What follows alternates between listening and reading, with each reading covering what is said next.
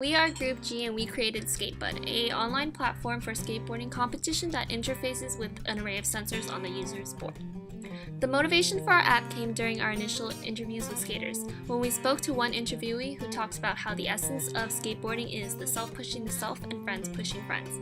Skaters are constantly challenging each other to improve. However, there are two components to competition: getting good and getting people. Currently, skaters generally watch friends or look for videos online to teach themselves tricks.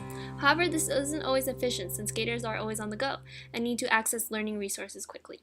Additionally, unless skaters participate in real competitions, they are generally limited to interacting with people in their local area, which may be a town or something even smaller, such as a skate park. However, this may limit their ability to find compatible skaters as well as their exposure to different skating styles.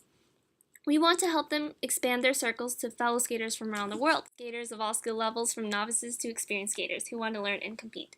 Currently existing applications on the market are Nike SB, Skate Park, and TOS Skate.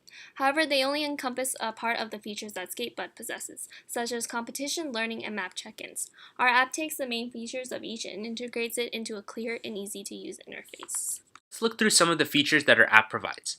Let's say that you want to go to a skate park to practice some tricks. Click on the map icon to bring up a list of skate parks near you. The relative size of the icons displays how many people are actually checked in at the park. Let's say you want to check into Berkeley Skate Park. You hit the check-in icon to let your friends and community know that you'll be there. Now that you've arrived at Berkeley Skate Park, let's say you want to learn some tricks. Clicking on the trick manual icon brings up a list of tricks organized by level.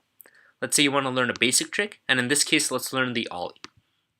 This brings us to the trick page, which displays a slowed down video at the top so you can see how to perform the trick. In addition, we have a list of steps that show you what to do. Tapping on any particular step lights up the LEDs on your board so that you know where to place your feet. In this case, green indicates where to place your feet, and the yellow lights display where you should kick off from. Now that you've learned the ollie, let's say you want to create a game. Go to the home screen and tap the Create Game button. Let's do a trick contest in which you perform as many tricks as possible within a set limit time. Let's play with our friends, and in this case, let's start a game with Sam. Now that you've created a game, you start your turn. This splash screen gives you a few seconds to put your phone away. Now that the run has started, you can start performing tricks on your skateboard, and the sensor array will pick up what tricks you perform. So in this case, let's do a kickflip, a tail slide, and then a nose grind. These tricks get registered on your app, and it awards you points based on what tricks you did. Now you can go back and take a look at your game. You can always go back and take a look at your run to see what you did in each particular game. And now you can see that your game with Sam has been registered and is waiting for Sam to perform his run. Finally, you can click on your profile icon to see an overview of how many games you've won and lost, as well as some other interesting metrics such as your most consistent trick or your most difficult trick.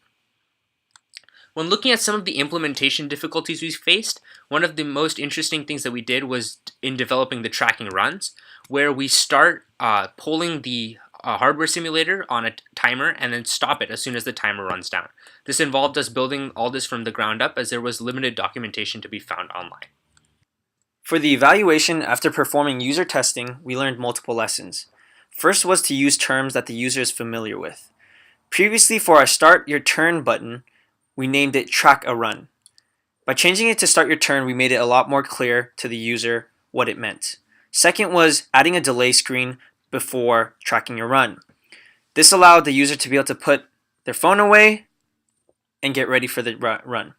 Third was visibility of system status.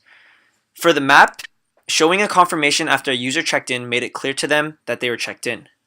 Improvements in future implementations that we would include would be having the profile sync stats and points after your run. Second would be seeing who's at your skate park, whether it's your friends or other people on your level.